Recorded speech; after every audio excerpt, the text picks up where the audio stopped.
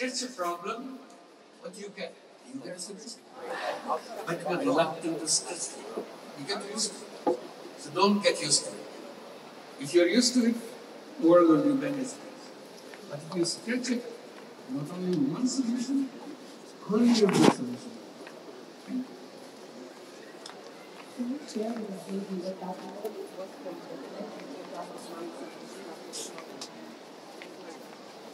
It's a destitution in Bangladesh, poverty among many families. Here I'm teaching in university, teaching economics. Economics is supposed to give you all the answers. I had no answer for those people right next to my classroom. I think that the chairs you see, there's a bamboo stool made of the weeds, made of the bamboo. Beautiful bamboo stool. But you look at the person, the woman who is doing it, absolutely just your torn clothes, very shabby, very weak. But she's producing. It's not easy, but finally I got to talk to her. The story is she makes those stools, you think she'll be making a lot of money. A trader from the town comes, buys a stool, and gives her the money to buy the bamboo for the next batch. And how much he gives her as a price for the bamboo stool? Very little. The reason? Because I'm giving you the money to buy the bamboo, so everything I control. And he makes the money.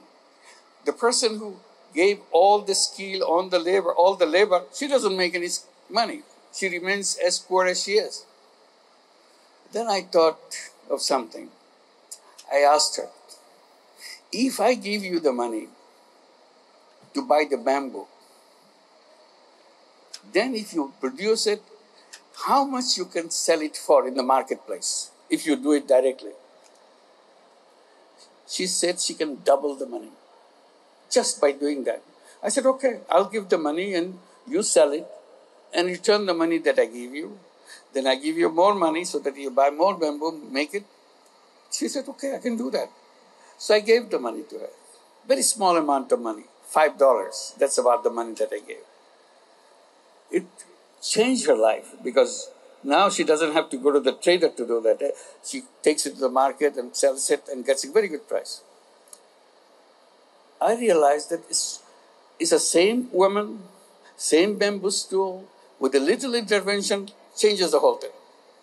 I said, there may be other women in the village suffering from that.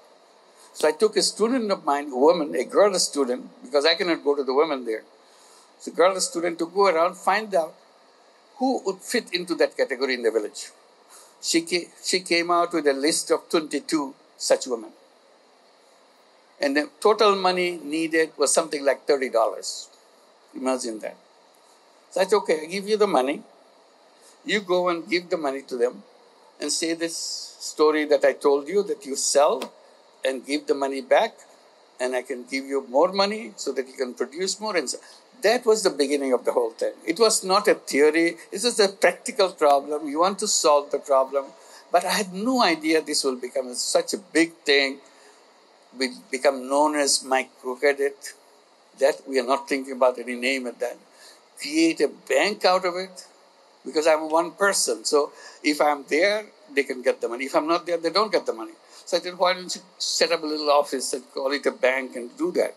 And that called it a Grameen Bank. And it became so famous. Someday it gets a Nobel Peace Prize, the bank itself. So that's the way it works. If it works for people, people respond very positively. So they had to fit into the problem that you see. And there are all the solutions are available. It's all in your head, all there. Simply you will never scratch it. So if you scratch a problem, you get the solution. It's a very profound anecdote, and thank you so much for sharing it. I think it also speaks to the importance of perspective. It's about the way we look at the challenges. You know, challenge can become opportunity, and the anecdote speaks to that. So thank you so much for sharing. I want to talk about resilience. So Bangladesh is a country that has witnessed environmental and economic crises, but has remained resilient despite experiencing these crises. How has your experience been shaped by that resilience, and how have you managed to withstand these crises and come back stronger? Human being as such is very resilient. They survive. They struggle. They don't give up.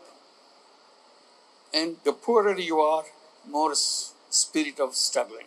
Fight it out for yourself, for your children, to build the family, and so on. So it's built into the human being.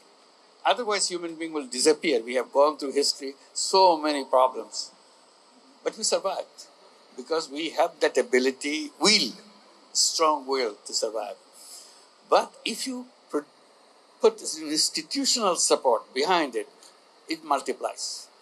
Your energy multiplies, your effectiveness multiplies. That's where our role comes. People who look from a distance and watch it and think of a way to get out of it. And I made it very simple for us, for students that I'm working with to do this.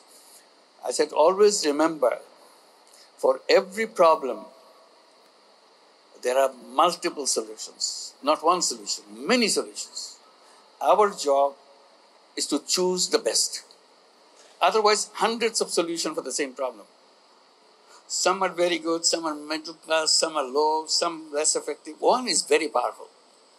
So you can start anyone. It will work, but may not work very well. But you have the patience to study, look at the one which works beautifully and applies to many rather than few.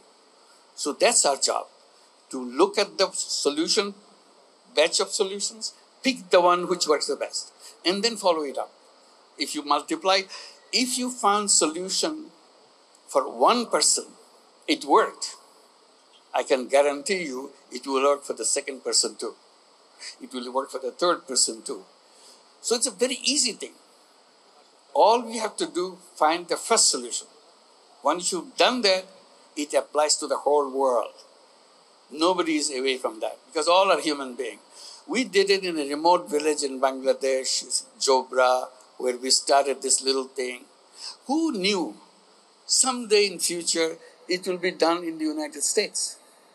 It's all over the United States right now, among many other countries. It's not just one country, many countries. But to see it happening in the United States, it gives a shockwave to people. What? They need this little money in the United States? They have poor people in the United States? There are lots and lots of poor people in the United States. You don't see them because government gives them subsidy. Government gives them a check to take care of yourself. So you hide the poverty.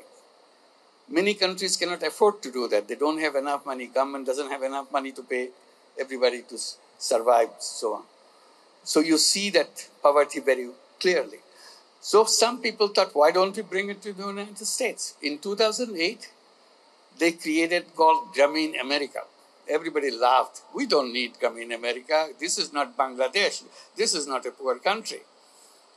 And the people who organized it, they said, no, it's not a poor country, but there are lots of poor people in the country. This is a rich country with lots of poor people. So that's what they did. Now, it is in 35 major cities in the United States. You name any city, probably this is one of those 35 cities. They have microcredit program addressing exclusively to women.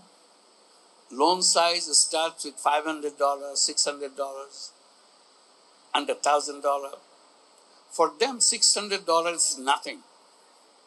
But the poor person, for $600 changes her life. So we started there. It grew and grew over the years. Last year, we lent out over $1.5 billion in tiny, tiny, tiny loans all over the United States. And every penny comes back. So it's just an idea. First they said it worked in Bangladesh, it will never work in anywhere else. I said, why not? People are people. They need money. So it started another country, another country, another country. So global. Somebody said, we have to do it in the United States. I'll give the money. You come here, do it. I said, okay, we'll do it. And now it's all over the United States. I said last year, the total money that we lent out was $1.5 billion. If you go 4 years from now, our projection is it will be $5 billion a year. So fast it goes because everybody wants that money. That's it. For sure, and I think it also highlights the fact that it's really about, like you said, turning your ideas into actions. And oftentimes, people can be dissuaded by pursuing their ideas because they don't believe they're going to turn into the next big Nobel Prize winning concept. But sometimes they do. And so we're honored to have you. But on that note, I also want to talk about specifically today's global climate, one that's dominated by fatigue. We're facing a series of complex, interconnected challenges, and youth can oftentimes feel like they don't have the agency or capacity to address these issues. So, what would your advice be to youth? Just before we hosted you, Your Excellency, our youth ambassadors were on this stage debating how they can reconcile sustainable development and eradicating poverty. It's no a simple feat, but you understand, and as I'm sure you're aware in your experience, the complexities that underlie tackling two very complex issues. It can result in people feeling like they can't tackle either. So how do you restore hope for youth in tackling both of these issues and global issues at large? See, we are used to seeing things in the same way that we always seen it. We don't want to change our perspective. If you look at the problem same way over and over again, you'll see, it can't be solved. All it needs, change your position. Look at it at some other angle, from different directions. And suddenly you see, there's another way. We have a solution. Environmental problem is not created by nature. Nature didn't create it. We human beings created it. Because we are so happy doing the way we do things, ignoring what damage we are doing to the world, what damage we do to the nature. We continuously damage the nature. To give just one example, there are many, many, many ways we do that. One example, we created a civilization which is based on waste production. We all continue to produce waste. We are very skillful in producing waste. We created an economy which is a waste-producing economy. They're always asking you, buy, buy, buy, buy, buy. You don't even think why I'm buying it. It's fun to buy. It looks good to buy. I enjoy buying. The more you buy, the most waste you create. You see, the whole economy is waste-creating machine. Every day it's getting worse. It produces more waste than before. We promote creation of waste. Big sign is buy, buy, buy, buy, buy. New fashion. Fashion industry is nothing but force you to buy. You have a shirt? No, you need a different shirt, different color, different thing, different cut.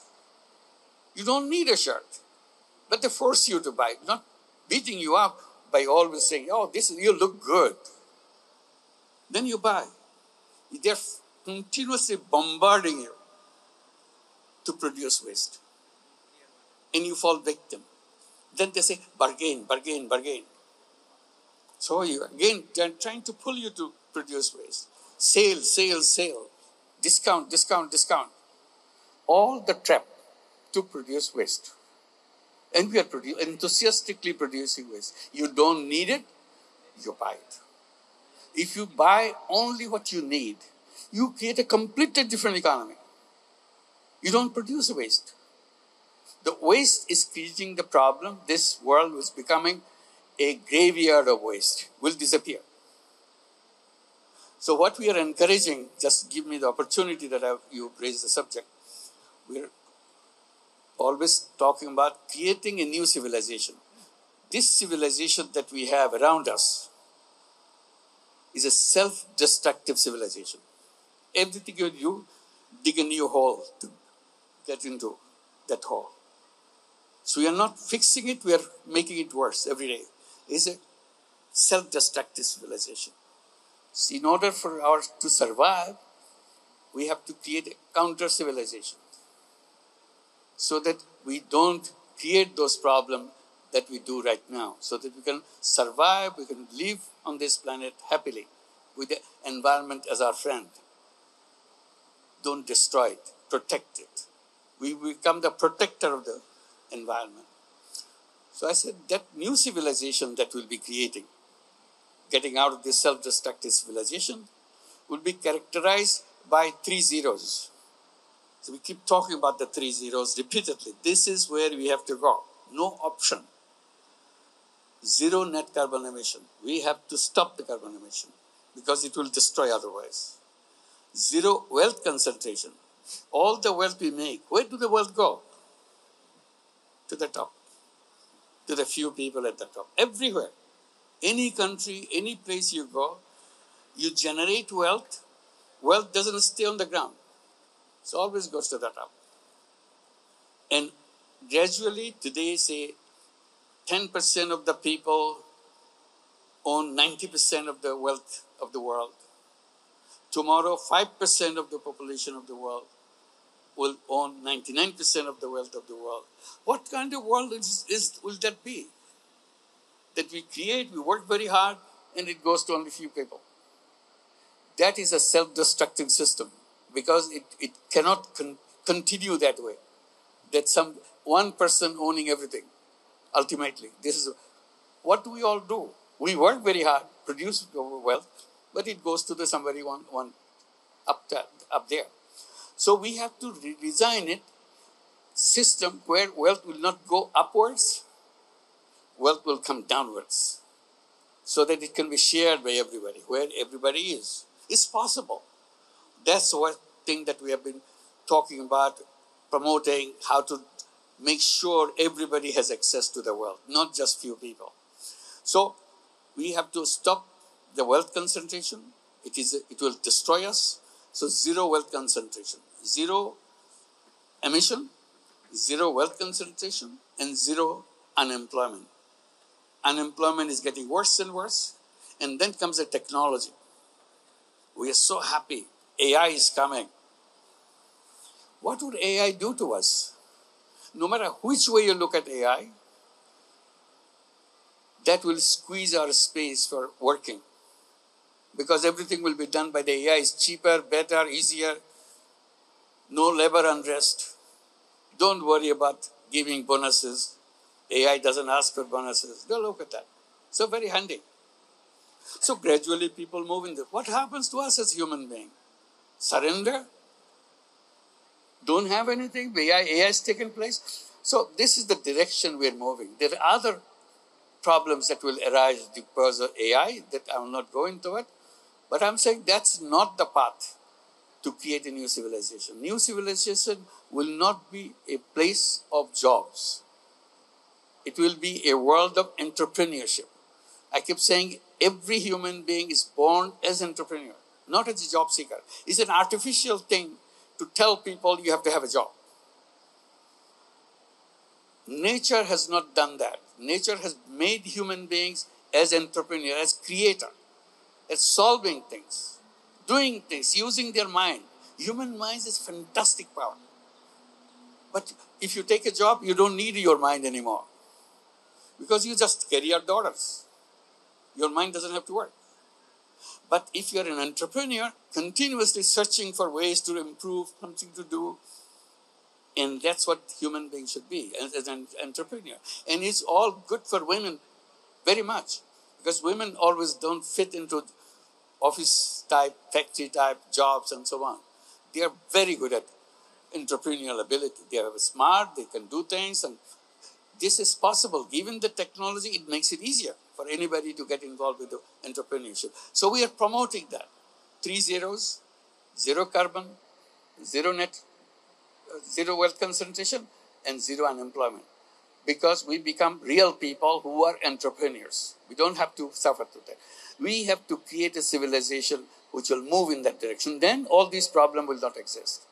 Thank you. Thank you, Your Excellency. And on that powerful note, I now want to invite our Earth in a Summit youth ambassadors. They're a group of young leaders who are working on issues ranging from biodiversity to innovations in agriculture to ask some questions.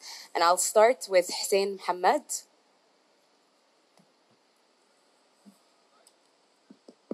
Is it working? Yes. So I wanted to ask, what is some advice for youth-led economic initiatives so that they are thriving, especially in regions that are vulnerable economically and environmentally with shocks? I said something already, but I'll repeat. One, don't look for jobs. Again? Sorry. Don't look for jobs. Don't look for jobs. Don't look for jobs. Okay. Be entrepreneur. Okay. Solve problems. When you're an entrepreneur, you have two options. Usually they tell you have one option, make money. If you're an entrepreneur, you're supposed to create a business and you make money. I said, that's an old-fashioned idea, make money. Making money is fun. I'm not discouraging it. There are more fun of doing something else. What we call creating social businesses. Businesses to solve problems, rather than just make money for myself. And people say, why should I do something for making other people benefit from it rather than me? I would rather have more money. That's happiness. More money I make, more happy I get. So I tried to explain it by saying, making money may be happiness, but making other people happy is a super happiness. You have to try it out. Try both ways. Try a business to make money, create a business to solve problems. There are so many problems of the people. Environment is a problem. You can create a business to help the environment. And that will be a social business because you don't want to make money for yourself. You are doing it as a business so that it is sustainable. You can return the money to reinvest it so that you can expand it. So that's a social business. So I will encourage that this could be one way to become protecting the planet by creating social businesses, entrepreneurship, social business, and we encourage young people particularly. See if you fit into that category. Young people meaning 12 years to 35. If you the age group, just arbitrarily we say this is the young people. If you are young people, you can create a 3-0 club. 3-0 club. Take 5 of your friends with the same age group, create a club of 5 people. And promise within the club that we all 5 will become 3-0 people, 3-0 persons. Meaning each one will promise, I will not contribute to global warming. It will be zero emission. So I cannot change the world, but I can change myself. I will not do anything which will add to emission. So I have figured out what do I do every day which adds to emission. So I see I do this, it adds to emission. I do this, it adds to emission. So gradually I said I will not do all the 10 different things which add to emission. I'll do only 9. And if you succeed, I said I'll do 8, 7, and so on. Finally, 0. I don't do that. I will not do anything which will lead to wealth concentration. And then I figured, what do I do to submit to the wealth concentration? And I want to stay away from that. I should not be the cause of the problem of the planet. I will be the solution of the planet, not the problem of the planet. And I will not do anything which will lead me to become seeking employment. I'll become an entrepreneur. So I ultimately, goal is to make myself 3-0 persons. I am not the person responsible for causing all these problems. So I'm free. All 5 of us are free. If we can become 3-0 person in a 1-3-0 club, 2-3-0 club, 10-3-0 clubs, the world would be a 3-0 world. It's possible. Problem and the solution lies with me. I create the problem, I stop the creation. Whatever I have already created, I solve it. So this planet is a livable planet. It continues with happiness. That's it. Thank you. Thank you. Thank you. Ambassador that will be asking a question is... Okay, go ahead. Okay. Hello, my name is Asmahan, and my question is, in your opinion, what are the 3 biggest challenges to advancing a future that is fair, resilient, and sustainable? What are the... Okay, so what are the 3 biggest challenges to advancing a future that is fair, resilient, and sustainable? Yeah, I just gave that answer. To make it a sustainable world, the first step to do, I become a member who is contributing to sustainability to the world. I'm not waiting for the big leaders to decide in a big conference, in the big summit to decide. Before they decide, I decide. This is my planet. I want to make sure I do not contribute to the problem because I'm the cause of the problem. If I don't cause the problem is solved.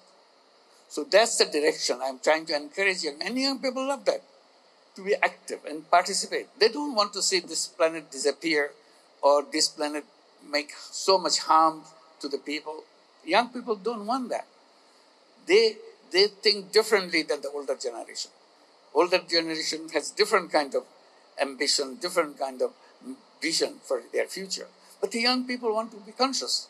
And they are, globally. Because of the technology, because of the closeness of each other, they want to encourage each other and make sure they protect the safety of this planet to survive. The way we are going now, there is no chance of survival. It's not possible. So that's why I'm saying we have to reverse the process. And that's where we are talking about creating a new civilization. I say it very strongly because without creating a new civilization, new way of thinking, new way of doing, that's a new civilization. This cannot be stopped. We are in a disaster path. We are coming closer and closer every day. We don't want to go that way. We want to turn around to make sure we are in a safe path, not a danger path. That's it. Thank you.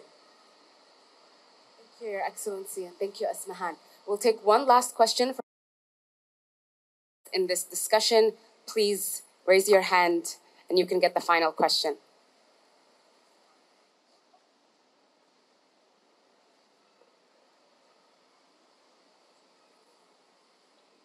Hello, Professor. Hello. Hi, my name is Fatma Al-Maadid. I'm from Qatar University, from the Biotechnology Department. So this is quite relevant to me. And I'm sorry, I'm going to read, if that's okay. I just want to make sure I get everything.